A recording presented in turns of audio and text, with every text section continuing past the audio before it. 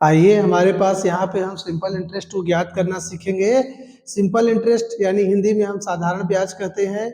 इसमें क्या होता है, 4-5 चीजें मुख्य है जिसे आप इंग्लिश में जान सकते हैं। मूलधन को प्रिंसिपल कहते हैं, दर को रेट कहते हैं, समय को टाइम, मिश्र धन को अमाउंट तथा ब्याज को इंटरेस्ट कहते हैं। अब मान लीजिए आपको ब्याज निकालना है, वो भी साधारण ब्याज यानी सिंपल इंटरेस्ट।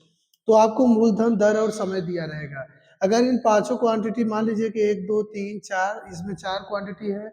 अगर इन 4 क्वांटिटी में से कोई 3 क्वांटिटी दिया रहेगा तो आप एक क्वांटिटी को आसानी से निकाल पाएंगे। जैसे मान लीजिए हमको निकालना है ब्याज, तो हमें यहाँ दे रखा है मूलधन। मूलधन को हम P से दर्शाते हैं। मान लीजिए हमें मूलधन दिया है 5,000 रुपए और हमें दर दिया है, रेट दिया है मान लीजिए 10%, और बच्चों हमें समय यानी कि टाइम का मान दिया है 2 वर्ष।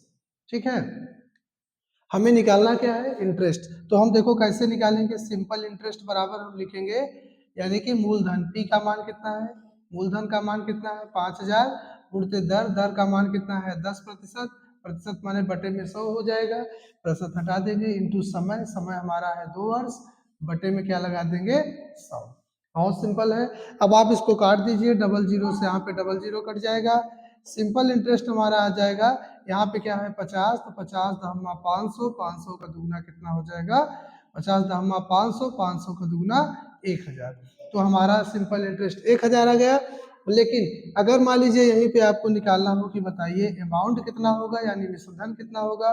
ब्याज तो इतना है तो अमाउंट कितना है, तो बेटा अमाउंट बराबर होता है कि प्रिंसिपल प्लस इंटरेस्ट, यानी सिंपल इंटरेस्ट को अगर हम प्रिंसिपल में ऐड कर देंगे तो हमारा अमाउंट आ जाएगा। तो देखिए अमाउंट बराबर हो जाएगा प्रिंसिपल, प्रिंसिपल था 5,000, यहाँ पे हम 5,000 लिखेंगे, प्लस हमारा जो सिंपल इंटरेस्ट है वो कितना है 1,000। अगर हम इनको टोटल करेंगे तो 5 और 1 बताओ 6,000। ये हमारा राइट आंसर हो जाएगा।